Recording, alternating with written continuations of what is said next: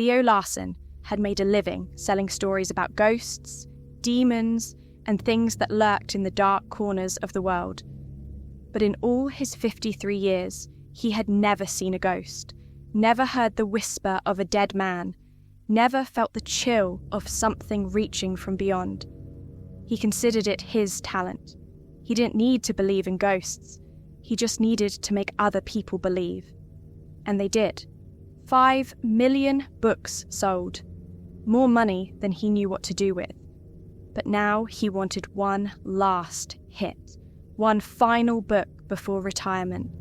And for that, he needed something fresh, something real. That's what had brought him here, to a forgotten ranch in the middle of Texas, a place where an entire family and their ranch hands had vanished without a trace 25 years ago. No bodies, no signs of struggle, just an eerie silence that stretched on for decades. The place had the right look, weather-worn wood, windows like vacant eyes staring out into the endless expanse of Texas nothingness. The stories said people had heard voices here, seen things they couldn't explain. Theo had heard it all before. Kids looking for a thrill, drunkards scaring themselves stupid. But he would stay the night, take some photos, let his imagination do the rest. Inside, the air was stale, thick with the scent of dust and rot. He found the old kitchen and set a can of soup on a portable burner. Outside, the wind howled. Inside, the walls creaked with the kind of whispers old houses tend to have. Then came the footsteps. Upstairs. Slow, heavy, deliberate. Theo stilled, spoon hovering in midair. The sound could have been the old house settling, but it didn't feel like that. It felt like someone was up there. He waited.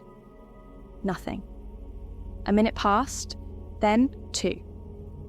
"Just your imagination," he muttered, turning back to his soup. He was here to write a ghost story after all. If he scared himself a little, that was a good thing. Fuel for the creative fire. Then came the whisper. "Theo." He froze. The voice was thin, stretched, like wind squeezing through a crack in the window. But it wasn't the wind. He stood, his breath coming short now. "Hello?" Silence. Then a soft chuckle, barely there. He grabbed his flashlight and made his way toward the stairs, his heartbeat a heavy drum in his chest.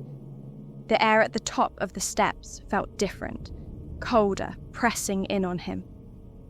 He moved down the hall, the floorboards groaning beneath his weight. The rooms were empty, bare mattresses and broken furniture strewn about like skeletons of the past.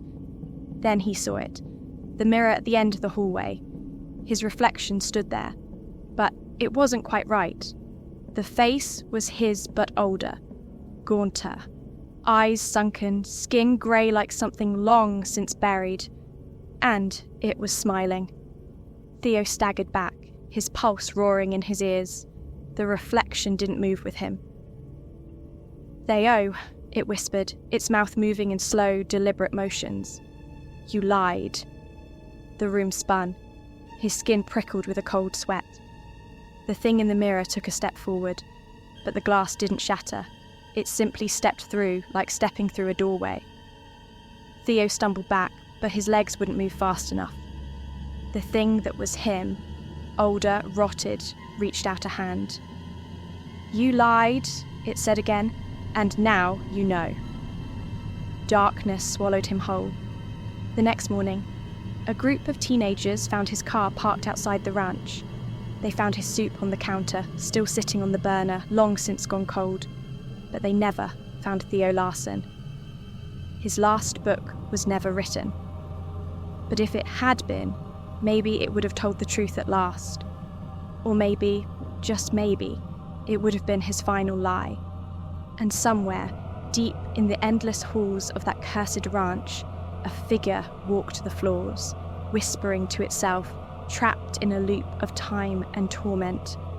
Theo had spent his life spinning fiction, crafting tales of terror from his imagination. But now, in some cruel twist of fate, he had become his own ghost, his own unfinished story.